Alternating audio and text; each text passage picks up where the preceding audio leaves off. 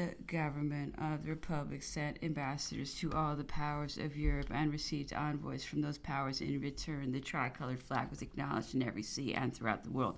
At Tolentino, the Pope had treated with the Republic as a temporal sovereign, but he acknowledged and treated with it as head of the Catholic religion by the Concordat, which was signed at Paris on the 18th of April, 1802.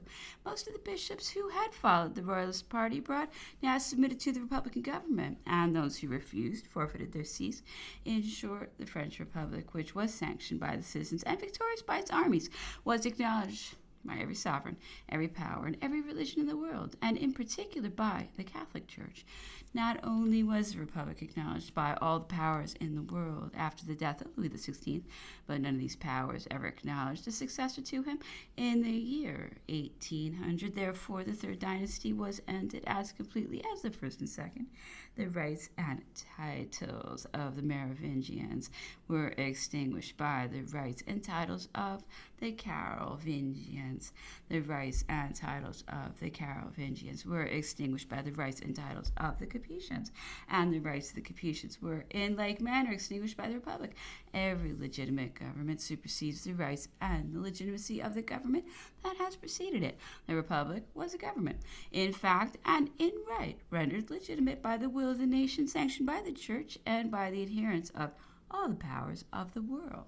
The French Revolution was not produced by the jarring interests of two families disputing the possession of a throne. It was a general rising of the mass of the nation against the privileged classes. The French nobility, like that of every country in Europe, dates its origin from the incursion of the barbarians who divided among themselves the possession of the Roman Empire.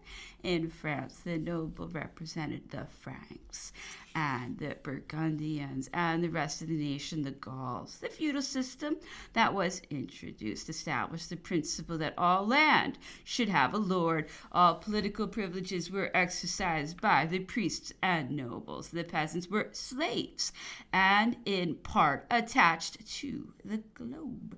The progress of civilization and knowledge emancipated the people. This new state of things promoted industry and trade. The chief portion of the land, wealth, and information fell to the share of the people in the 18th century. The nobles, however, still continued to be a privileged class. They were empowered to administer justice, and they possessed feudal rights under various denominations and forms. They were exempt from contributing to support any of the burdens of the state and enjoyed exclusive possession of the most honorable posts. These abuses roused the indignation of the citizens. The principal object of the revolution was to destroy all privileges, to abolish seigneurial jurisdictions, justice being an inseparable attribute of sovereign authority, to suppress feudal rights as being a remnant of the old slavery of the people, to oblige all citizens and all property equally and without distinction, to contribute to maintain the burdens of the state. In short, the revolution proclaimed equality of rights. A citizen might attain any public employment according to his talent and the chances of fortune. The kingdom was composed of provinces which had been united to the crown in various periods. They had no natural limits and were differently divided, unequal in extent and in population. They possessed many laws of their own, civil as well as criminal. They were more or less privileged and very unequally taxed, both with respect to the amount and the nature of the contributions, which rendered it necessary to detach them from each other by lines of custom houses. France is not a state, but a combination of several states connected together without amalgamation. The whole had been determined by chance and by the events of past ages. The revolution, guided by the principle of equality, both with respect to the citizens and the different portions of the territory, destroyed all these small nations. There was no longer a Brittany, a Normandy, a Burgundy, a Champagne, a Provence, or a Lorraine, but the whole formed of France. A division of homogeneous territory prescribed by local circumstances confounded the limits of all the provinces. They possessed the same judiciary and administrative organization, the same civil and criminal laws, and the same system of taxation. The dreams of the upright men of all ages were realized. The opposition which the court, the clergy, and the nobility set up against the revolution occasioned the war of foreign powers and produced the law of emigration and the sequestration of emigrant property, which subsequently it was found necessary to sell to assist in supporting the charges of the war. A great portion of the French nobility enrolled themselves under the banner of the princes of the Bourbon family and formed an army which marched in junction with the Austrian, Prussian, and English forces. Gentlemen who had been brought up in the enjoyment of competency served as private soldiers. Numbers were cut off by fatigue and the sword.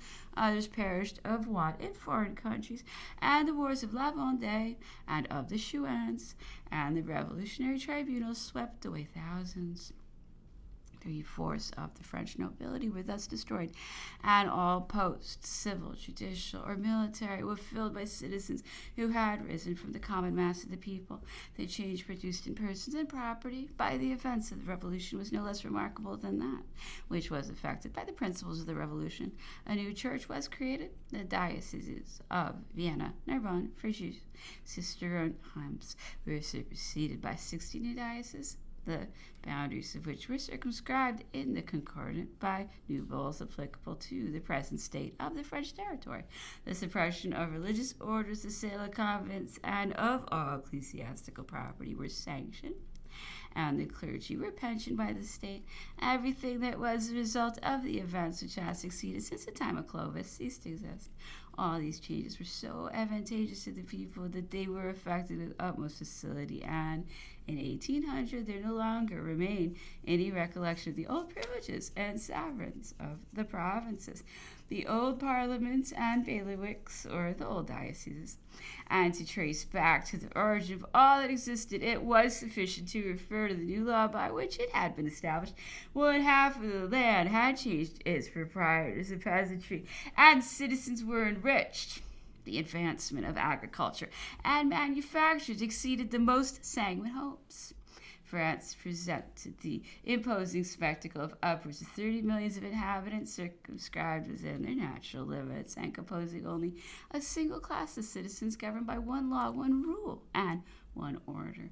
All these changes were conformable with the welfare and rights of the nation and with the justice and intelligence of the age. The 5 members of the Directory were divided, enemies to the Republic crept into the councils, and thus men hostile to the rights of the people became connected with the government. This state of things kept the country in a fermentation, and the great interests which the French people had acquired by the Revolution were incessantly compromised. A unanimous voice issuing from the plains of France and from the bosom of her cities and her camps demanded the preservation of all the principles of the Republic, or the establishment of a hereditary system in the government which would place the principles and interests of the Revolution beyond the reach of factions and the influence of foreigners. By the Constitution of the year 8, the first consul of the Republic became consul for 10 years, and the nation afterwards prolonged his magistracy for life. The people subsequently raised him to the throne, which it rendered hereditary in his family. The principles of the sovereignty of the people, of liberty and equality, of the destruction of the feudal system, of the irrevocability of the sale of the national domains, and the freedom of religious worship were now established. The government of France under the 4th dynasty was founded on the same principles as the Republic. It was a moderate and constitutional monarchy. There was as much difference betwixt the government of France under the 4th dynasty and the 3rd as betwixt the latter and the Republic. The 4th dynasty succeeded the Republic, or more properly speaking, it was merely a modification of it. No prince ever ascended a throne with rights more legitimate than those of Napoleon. The crown was not presented to him by a few bishops and nobles, but he was raised to the imperial throne by the unanimous consent of the citizens, 3 times solemnly confirmed. Pope Pius VII, the head of the Catholic religion, the religion of the majority of the French people, crossed the Alps to anoint the emperor with his own hands in the presence of the bishops of France, the cardinals of the Roman Church, and the deputies from all the districts of the empire.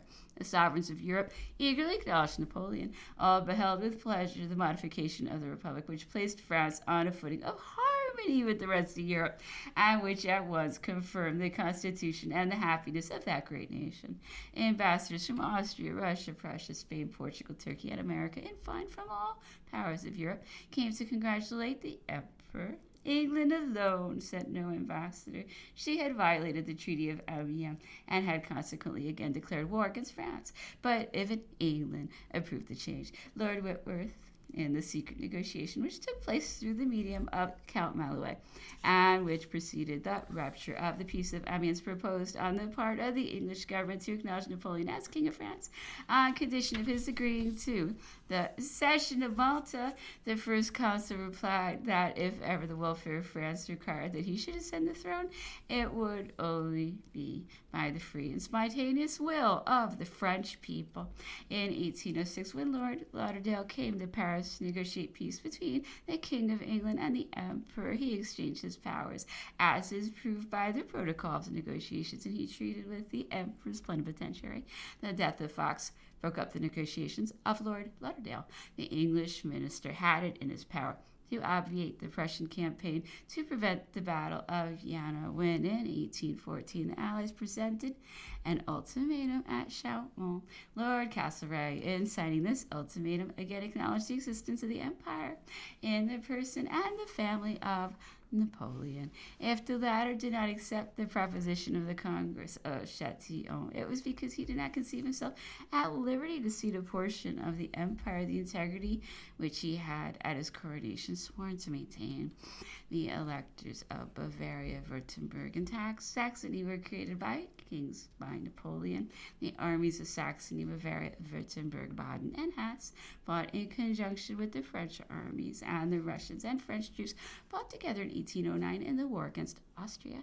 In 1812, the Emperor of Austria concluded at Paris an alliance with Napoleon, and Prince Schwarzenberg commanded, under his orders, the Austrian contingent in the Russian campaign, in which he attained the rank of field marshal.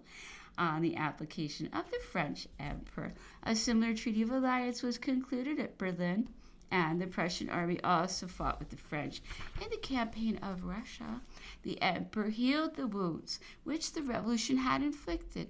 The emigrants returned, and the list of proscription was obliterated. Napoleon enjoyed the glory most gratifying to a monarch by recalling and reestablishing in their homes upwards of 20,000 families. Their unsold property was restored to them, and the veil of oblivion being thrown over the past individuals of every class. Whatever line of conduct they might previously have pursued were admitted to all public employments.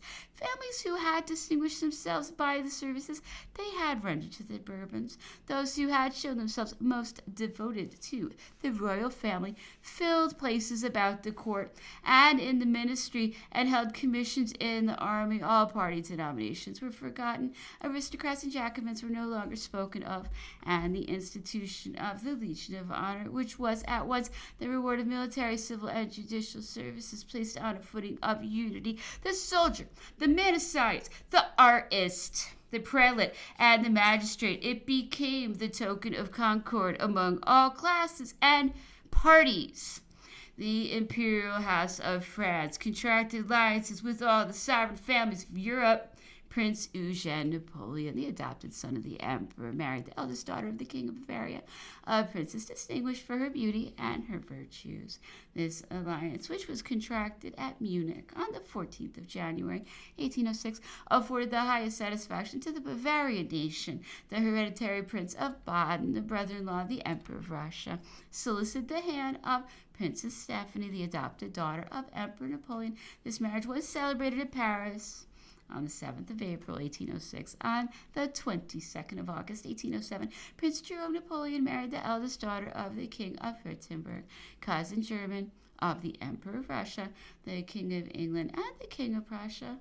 Other alliances of this nature were contracted with sovereign princes of Germany of the House of Hohenzollern. These marriages have proved happy, and all have given birth to princes or princesses who will transmit to future generations the recollection of the imperial government of France when the interests of France and the empire induced the emperor and the empress Josephine to break bonds which were equally dear to them both. The greatest sovereigns in Europe courted the alliance of Napoleon. Had it not been for religious scruples and the delays occasioned by distance, it is probable that a Russian princess would have occupied the throne of France.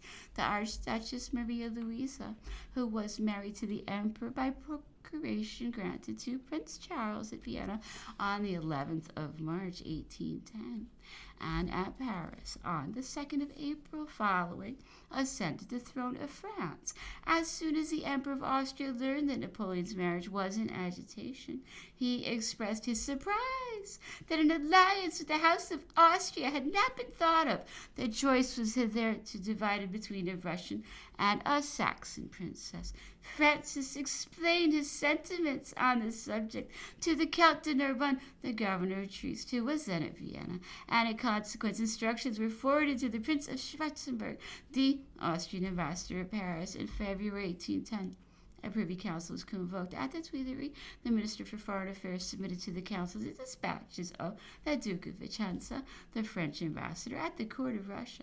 These communications showed that the Emperor Alexander was very much disposed to give his sister, the Grand Duchess Anne, in marriage to Napoleon, but he seemed to make it a point of importance that the princess should be allowed the public exercise of her religious worship, and a chapel appropriated to the Greek rites. The dispatches from Vienna developed the insinuations and the wishes of the Austrian court. There was a division of opinion in the French council. The Russian, the Saxon, and Austrian allies all found supporters, but the majority voted for the choice of an Archduchess of Austria. As Prince Eugene had been the first to propose the Austrian alliance, the emperor, breaking up the sitting at 2 in the morning, authorized him to commence overtures with Prince Schwarzenberg.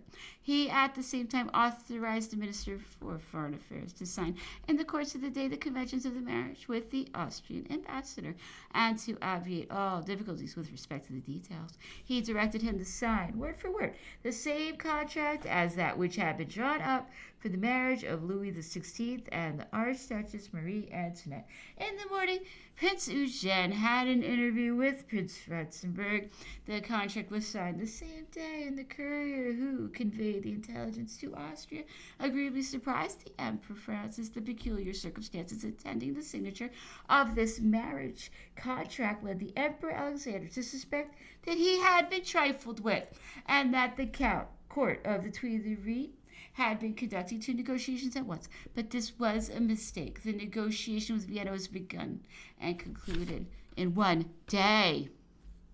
Never did the birth of any prince excite so much enthusiasm in people,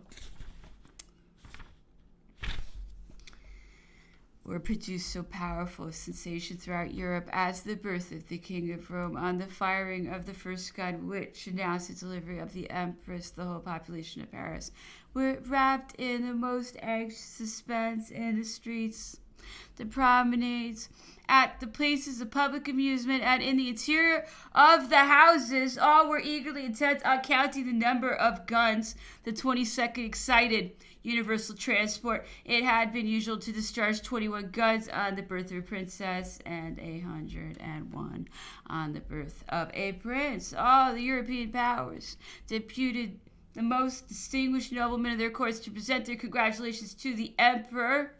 The Emperor of Russia sent his minister of the interior, and the Emperor of Austria dispatched Count Clary, one of his highest crown officers, who brought as presents to the young king the collars of all the orders of the Austrian monarchy set with diamonds. The baptism of the King of Rome was celebrated with the utmost pomp in the presence of the French bishops and deputies from all parts of the empire.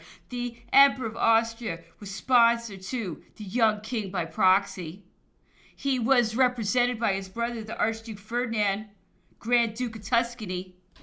The victories of Lutzen and Verkin on the 2nd and 22nd of May 1813 had reestablished the reputation of the French arms. The King of Saxony was brought back in triumph to his capital. The enemy was driven from Hamburg. One of the corps of the Grand Army was at the gates of Berlin, and the imperial headquarters were established at Breslau. The Russian and Prussian armies, disheartened by the defeats, had no alternative but to repass the Vistula when Austria interfered and advised France to sign an armistice. Napoleon returned to Dresden. The Emperor of Austria quitted Vienna and repaired to Bohemia, and the Emperor in Russia and the King of Prussia established themselves at Schweidnitz. Communications took place between the different powers. Count Metternich proposed the Congress of Prague, which was agreed upon, but it was merely the shadow of a Congress. The court of Vienna had already entered into engagements with Russia and Prussia and intended to declare itself in the month of May, when the unexpected success of the French army rendered greater circumstances necessary. Notwithstanding all the efforts which Austria had exerted, her army was still inconsiderable in number, badly organized, and ill-prepared to enter upon a campaign. Count Metternich demanded on the part of Austria the surrender of the Illyrian provinces, one half of the Kingdom of Italy, that is to say Venice, as far as the Mincio, and Poland. It was moreover required that Napoleon should renounce the Protectorate of Germany and the departments of the 32nd Military Division. These extravagant propositions were advanced only that they might be rejected. The Duke of Vicenza proceeded to the Congress of Prague. The choice of Baron de Stettin as the Russian plenipotentiary showed that Russia wished not for peace, but was merely anxious to afford Austria time to complete her military preparations. The unfavorable augury occasioned by the selection of Baron de Stettin as a negotiator was confirmed. He declined entering upon any conference.